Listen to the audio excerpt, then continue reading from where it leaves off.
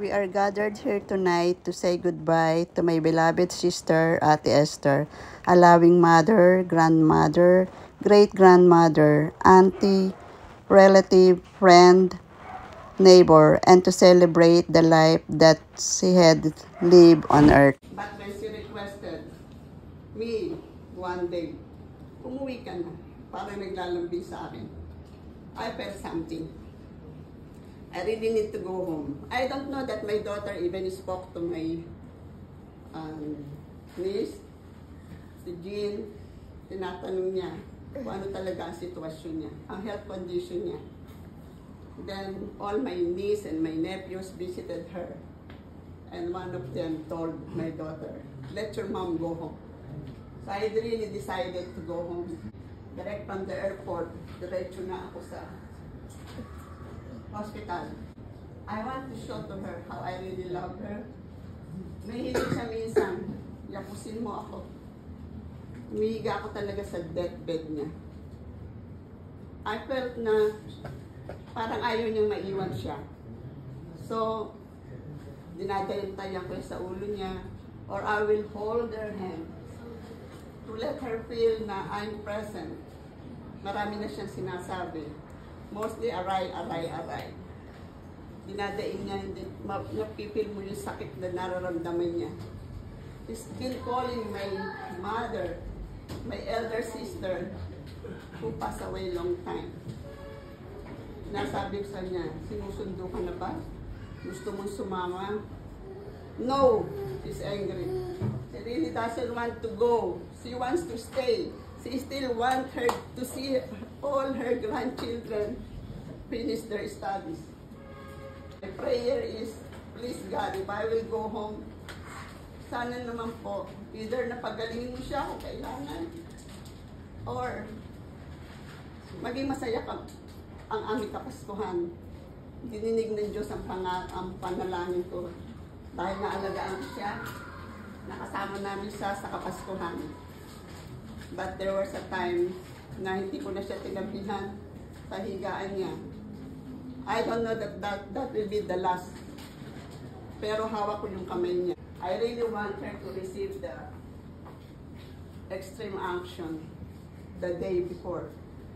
Father Santos, who came to officiate our Mass, was able to do it. He came at 10 o'clock. My sister was there. My other niece and nephews came together. And while she's giving the anointing the oil and praying, siguro alam niyo yung pag umalulong ang aso. Pinabidyotape ko yung lahat para makita yung mga pamangkin ko, anak niya na nasa Australia, nasa California. And in the middle of anointing, prayer, sunod-sunod na alulong ng aso. Another instruction again, while they're already crying. Sige. Sabi na kayo kung anong gusto niyo sabihin sa mahal niyo ina. Sa inyong tiyahin, sa inyong kapatid. I told them to call Danny, the son in Australia, and Ronald, and Arthur, and I gave them instruction to tell Inang whatever they want to tell. They told her how much they really loved her. The way that they took care of them was really beyond measure. So I told, while they're talking, I told Ate Esther, kung talaga nahihirapan ka na, kung gusto na ng mahal ni Panginoon Diyos, na mahal na Panginoong Jesus, na bumalik ka na sa Kanya, sumama ka na. Gusto na namin na mapahinga ka. Mahirap man sa amin. Pero yung pag-aalaga, pag-aruga mo na ginawa mo sa inyong mga anak, kaya-kaya na niyang maiwan mo sila. So, dahil napipil ko na yun na nga ang oras na mawawala siya. Ayun na nga. Isa sa pamangkin ko nagsabi, tita, wala na siya. He did not show me her last breath. But I'm happy that I was able to go home, let her feel my love and my care. My prayer, my to Ate Esther. Fly high, Ate Esther. Go to the Lord. And may you rest in peace always. We will always love you. You will never be forgotten. Thank you for everything. The care that you gave me, Ate Esther. Everything. But I feel he really loves me too. He showed her love to me. Imagine that. I should be the one to give, and she was the one who gave me something. So I'm requesting the son, whoever wants to tell something, you can tell me. Thank you, Ate Esther, for everything. The best mother ever.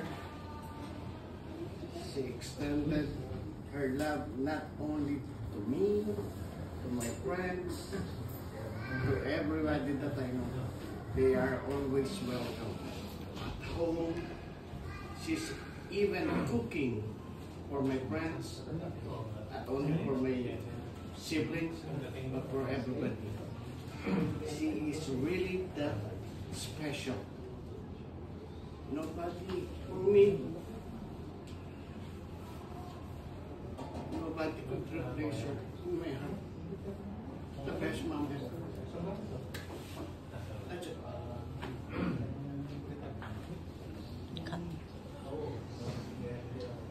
Danny.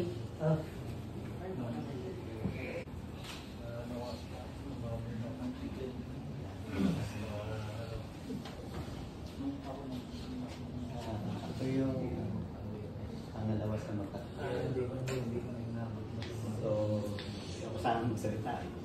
Para kasi maiyak ako. Pero gusto kong sabihin na ang inang ko, para sa akin,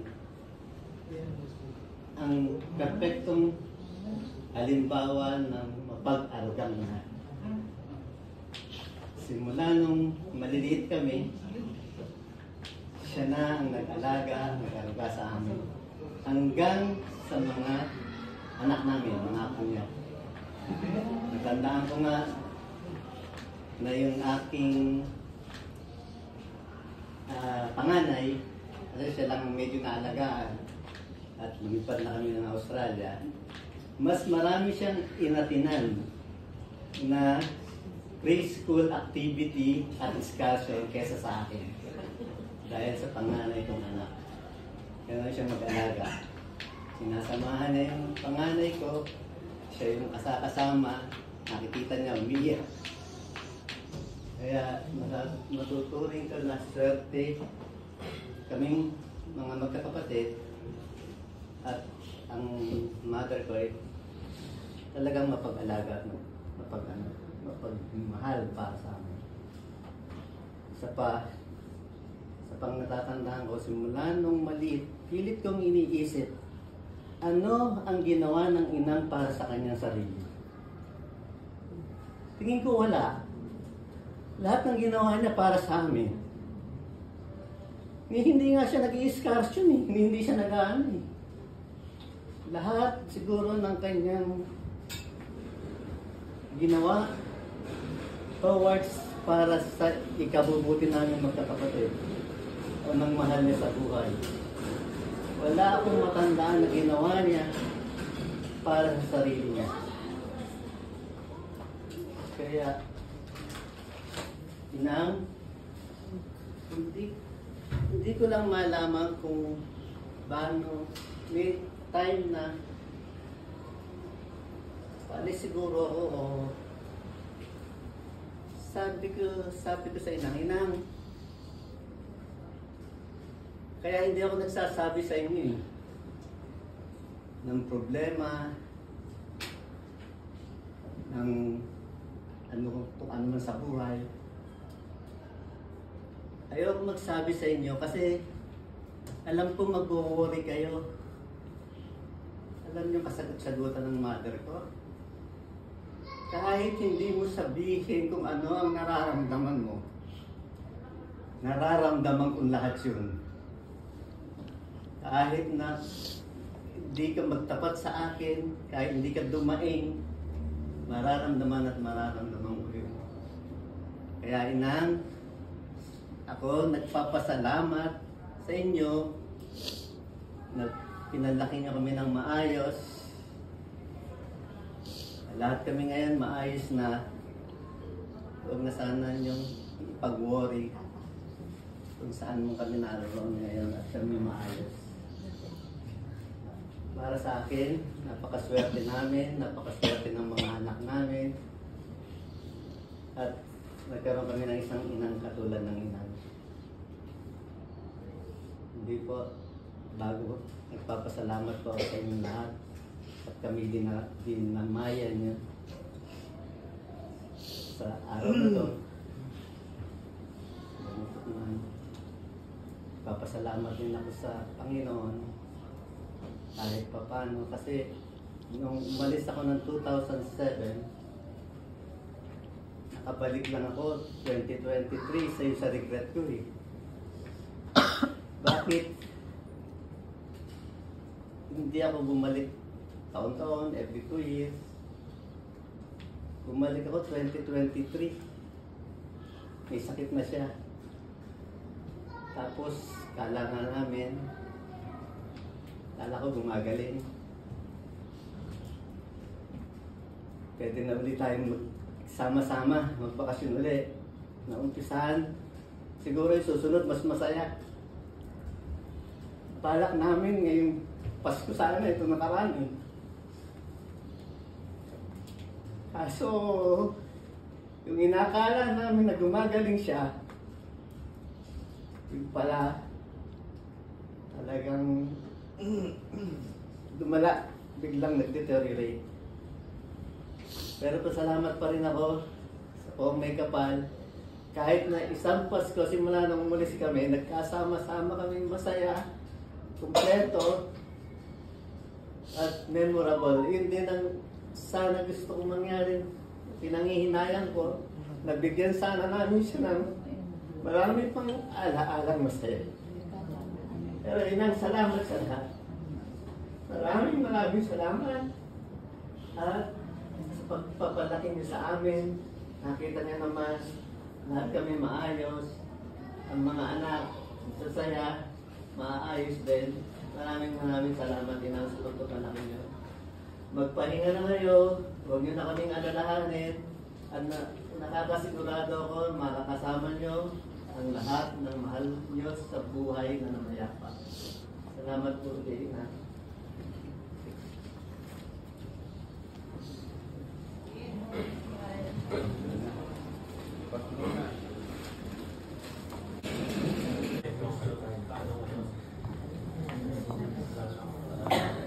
Sa lahat, maraming salamat sa mga nakiramay sa amin. Siguro sa mga magkakapatid, ako yung pinaka-maswerte. Kasi ako yung talagang hindi nawalay sa kanya. Mula bata pa ako hanggang sa ngayon. Mag-senior na ako, kasama ko pa rin siya.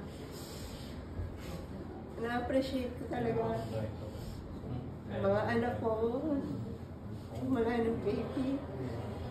Siya na talaga yung nakatutok. Nagpapasalamat ako sa kanya dahil lumaking maayos yung mga anak ko, pagmahal, marespeto sa mga nakakatanda. Yun lang ang aking parang regrets. Feeling ko, hindi ko siya talaga ganun natutukan lately. Siguro dahil nag-work pa kasi ko. Siguro kung nahintay niya lang akong mag-retire, mas natutukan ko pa siya. Yun lang talaga yung regrets ko. Hindi ko siya talaga gano'ng natutukan lately. Nanghihinayang ako doon. Yun ang hinihiling ko sa Diyos sana. Pahabain pa ng konti. para mas nabigyan ko siya ng kagarong-ga na kailangan niya. Minsan nga, to the point dahil pagod din ako sa trabaho, minsan naiirita din ako sa kanya na hinihingi ko ng sorry sa kanya at sa Panginoon Diyos. Kasi nga, bakit yan yung nararamdaman ko, naiinis ako. Hindi ko alam na malala na pala siya. Yun lang talaga regrets ko. Sana binigyan pa siya ng mas mahabang buhay. Parang nabigyan ko siya ng pag-aaral ang kailangan niya. Napasaya ko sa akin siya. Yung dapat kong ibigay sa kanya bilang sukli sa lahat ng binigay niya sa amin, sa pamilya namin. Sa pamilya namin nila Francis, mga anak ko. Sana na suklian ko pa ng mas lubos.